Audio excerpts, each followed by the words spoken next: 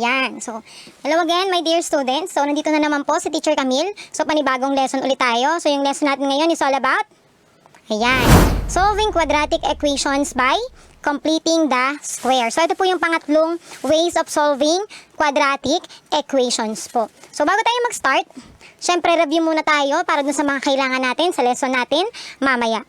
So, review tayo. So first, kailangan muna nating malaman or kailangan nating maging familiar doon sa tinatawag nating perfect square trinomial and the square of a binomial. So ano ba yon? So doon muna tayo sa perfect square trinomial. So ano ba yung tinatawag nating perfect? Perfect square. Teka, hindi kita. Yan. Perfect square trinomial. Yan. Okay, so ano ba tinatawag nating perfect square trinomial? So for example, I have x squared plus 4x plus 4. For example, meron akong ganyang given. X squared plus 4x plus 4. So paano po ba natin malalaman if the given is a perfect square trinomial? So paano po natin malalaman? First step, titingnan natin yung first term ng ating given. So we have x squared, kung siya po ba ay perfect square. So ito po ba ay perfect square? So, tama naman, yan ay perfect square. So, ano po ang square root ng x squared? Diba, sabi natin sa previous lessons natin, pag sinabi natin x squared, yan po ay perfect yan. Kasi makakancel. So, we have x na lang. Tama po. Kasi diba, kapag ina natin yan, we have x times x is equal to x squared. So, siya po ay perfect square. So, nakuha. So, titignan daw natin yung first term, kung perfect square, and also the last term, which is yung ating 4. So, titingnan natin kung perfect din ba si 4. Si 4 po ba is a perfect square? Opo. So, square root of 4 is equal to positive, negative 2. So, ibig sabihin, si 4 din daw po is a perfect square. So, now, paano natin malalaman kung perfect, again, kung perfect square trinomial? Kapag perfect yung first term and perfect din po yung last term natin. Kukunin natin yung kanilang square root. So, square root na x squared, we have x. Square root naman ni 4, we have 2. And then, yung product daw niyan, pag pinag-times daw natin yan, di ba, pag pinag-multiply natin silang dalawa, we have 2x. Kapag daw yung tinimes pa natin sa 2, the answer daw will be the middle term naman. So, for example, in this case, x times 2, we have 2x. Tapos daw, ita-times pa raw natin yan sa 2. Pag daw ang nakuha nating sagot is the middle term, so that's the time daw para masabi natin siya daw ay isang perfect square trinomial. Yan, meron po kasi tayong, for example, bibigay si Teacher Camille lang hindi perfect square trinomial. For example, I have x squared plus 3x plus 16. Yan, for example, kung mapapansin nyo, yung first term at saka yung last term is a perfect square. Tama? What is the square root of x squared? We have x. What is the square root of 16? We have 4. Tama po ba? Pero, kapag kinuha natin yung twice ng product nito, which is 2 times 4x, twice ng product nitong dalawang to, ang sagot po ay 8x. So, ibig sabihin, hindi po siya yung ating middle term. So, ibig sabihin, hindi po siya isang halimbawa ng perfect square trinomial. So, nakakaintindihan? Ayan. So, now, bakit natin kailangan malaman kung ang given ay isang perfect square trinomial? So, balik tayo sa example natin kanina. So, we have x squared plus 4x plus 4. So, sabi natin, ito daw po ay isang perfect square trinomial. So, bakit again natin kailangan malaman kung perfect square trinomial siya? Dahil po, gagawin natin siyang square of a binomial. So, para maging square of a binomial, ang gagawin lang po natin, so pag sinabi natin square of a binomial, square daw po siya ng binomial. So, pag sinabi nating binomial, meron po tayong 2 terms, diba? So, yan, gagawin natin tong trinomial na to na square of a binomial. How?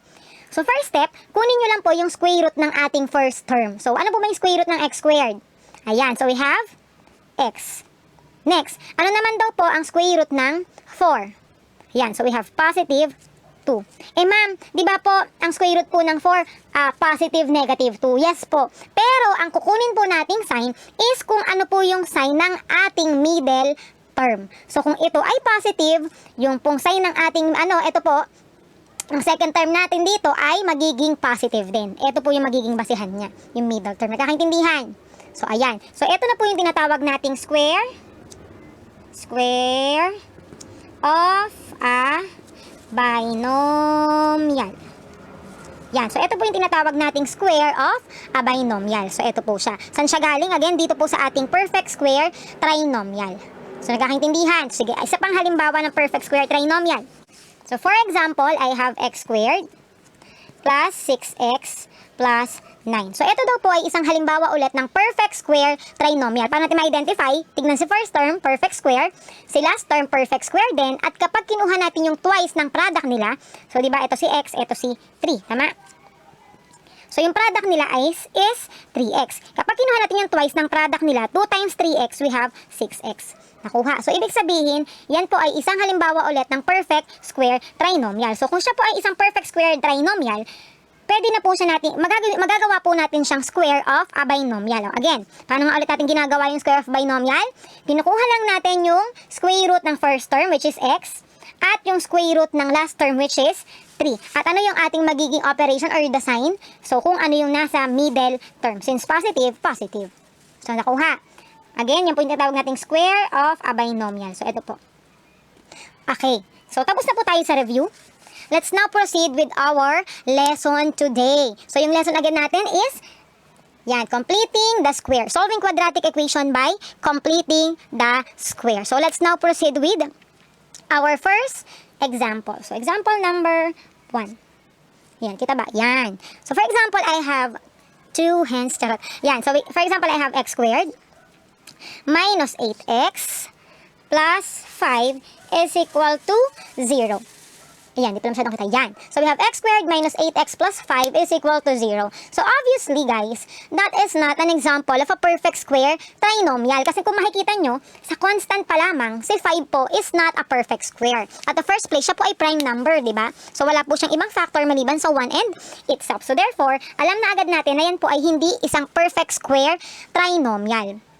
So now, ano yung first step natin sa pagsosolve? By the way, bago nga pala tayo mag-solve, ginagamit nga po pala natin, guys, konting kaalaman lang, ang completing the square kapag po ang isang given is hindi na kayang isolve dun sa ating unang dalawang lesson. Diba? First lesson natin is by extracting square roots. So kung mapapansin nyo, guys, eto po, hindi natin yan kayang isolve using extracting roots kasi meron po tayong linear term. Diba sa ating first way of solving quadratic equation, hindi tayo makakapag-solve ng extracting roots kung meron tayong middle term. Kasi, kung natatandaan nyo, x squared is equal to c. Kapag po ganyan yung format, saka lang po tayo makakapag-solve ng extracting.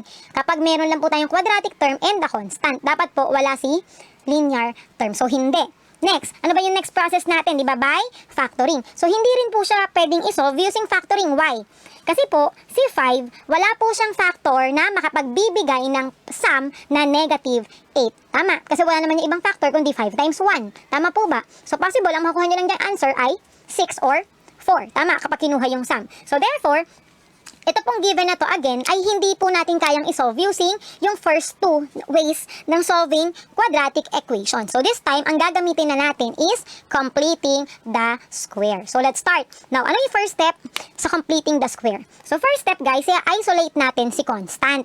So ito po, ihiwalay daw po natin itong constant natin. Ililipat natin siya sa right side of the equation. So lipat natin. So we have x squared minus 8x, mag-leave po kayo ng space, is equal to, since positive 5 siya dito, kapag tumawid, we have negative 5 na. Si 0, pwede nyo na hindi ilagay. Nakuha. Okay, next. Bakit po tayo nag-leave ng space? Kasi po, eto, kung mapapansin nyo, gagawin po natin siyang perfect square trinomial. So, how? Paano natin magagawang perfect square trinomial yan? Huhulaan lang ba natin yung number? So, syempre hindi po, guys. So, meron po tayong tinatawag na b over 2 squared. So, ito po yung formula sinusunod natin para po maging perfect square trinomial. Ito, yung nasa left side ng equation. Now, ma'am, saan po manggagaling si B? Alam nyo na naman si B, di ba, yung sa mga previous lesson natin? Si B po is the numerical coefficient ng ating middle term. So, the numerical coefficient of x obviously is negative 8. So, yan po ipapalit natin dito. So, negative 8 over 2 squared. Now, let's divide. Negative 8 divided by 2, negative 4 squared. So, negative 4 times negative 4, we have positive 16. So, positive 16, excuse, yan po yung ipapalit natin ngayon, isusupply po natin, excuse me po, dito, para po siya ay maging perfect square trinomial. So, we have positive 16. So, now, kung ano syempre guys, yung nilagay nyo dito, yun din po dapat yung ilalagay nyo sa kanan ng equation, di ba? Binanggit ko na rin siya before, para equal pa rin both sides. So, kung nag-add ka ng 16 dyan, mag-add ka rin ng 16 dito, plus 16. So, ito po yung inad natin ha, huwag kakalimutan, yung dalawang yan.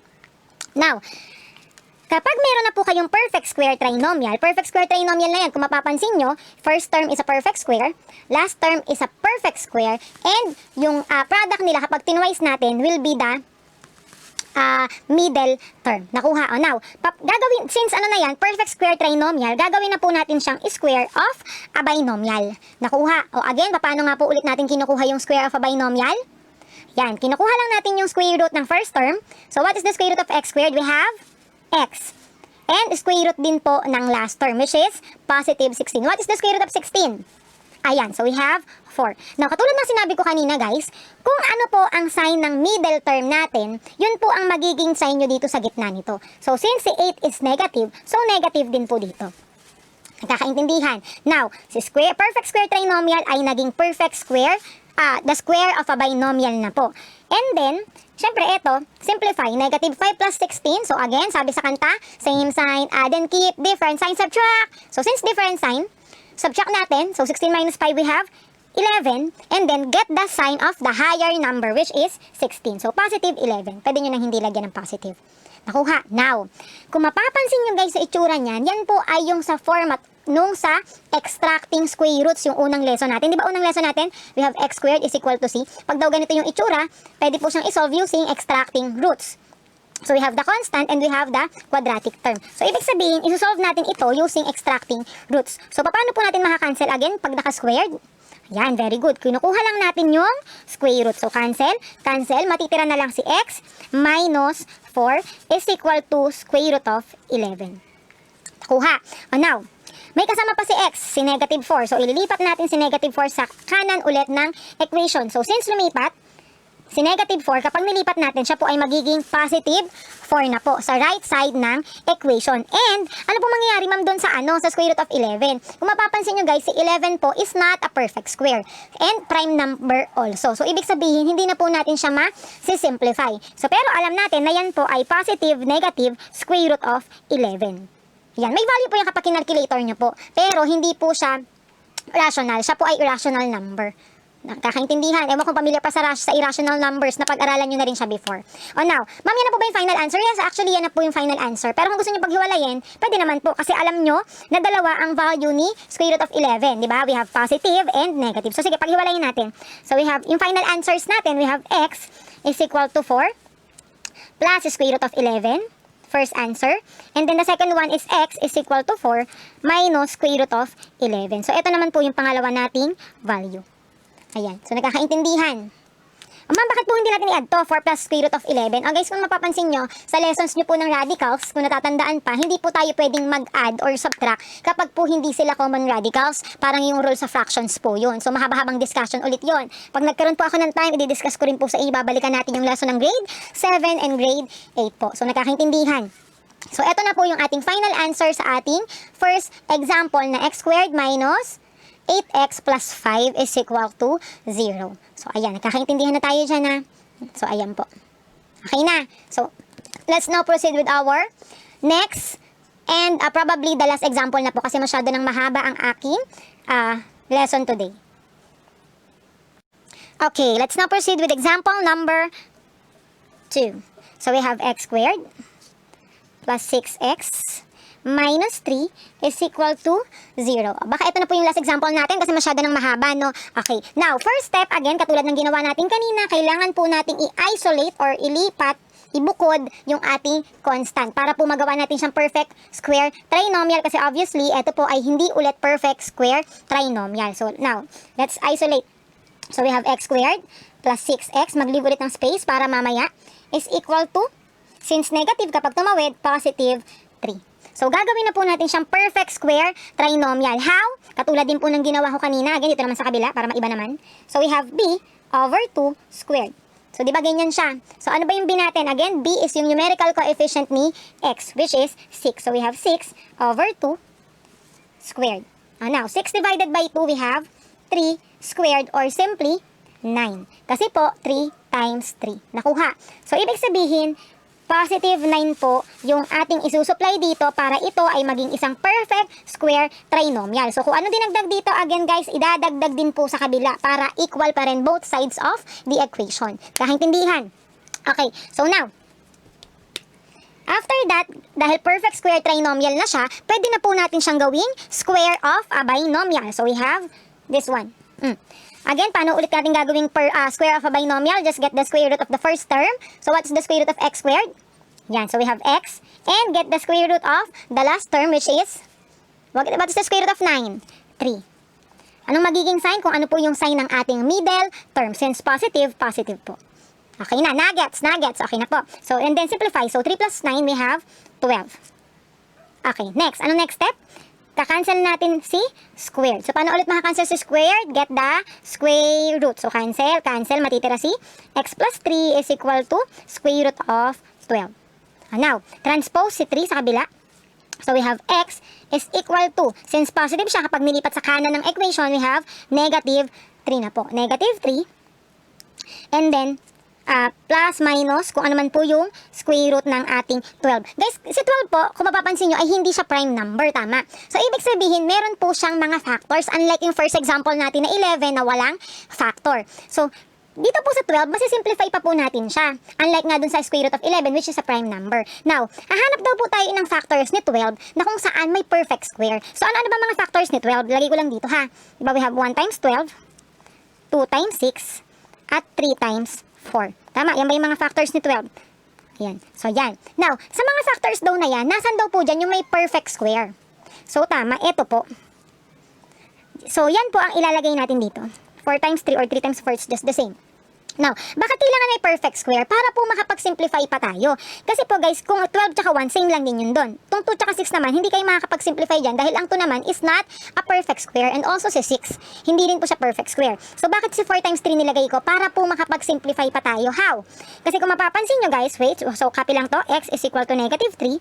Si 4 po is a perfect square, right? So, ibig sabihin, kapag kinuha natin si square root of 4, what is the square root of 4? Very good. 2. So, yun po yung ilalabas natin dito. Positive, negative 2. Dahil ini-square root natin si 4, guys. Wala na po siya syempreng square root. Kasi nga ini-square root nyo na, diba? So, ano na lang matitira dun sa ating loob? Very good. Matitira na lang si square root of 3. Nagkakaintindihan kasi, again, si 4 po ay na-simplify na natin kaya siya nailabas. Square root of 4 is 2. Matitira na lang sa loob si 3.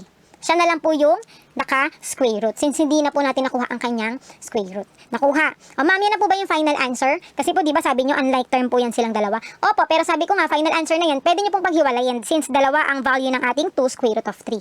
So, we have the first value, we have x is equal to negative 3. Positive value muna tayo, plus 2 square root of 3. Ito na po ang first root. And the second root, we have x is equal to negative 3 minus 2 square root of 3 naman. Ito po yung ating second root. So, si x sub 1 and si x sub 2.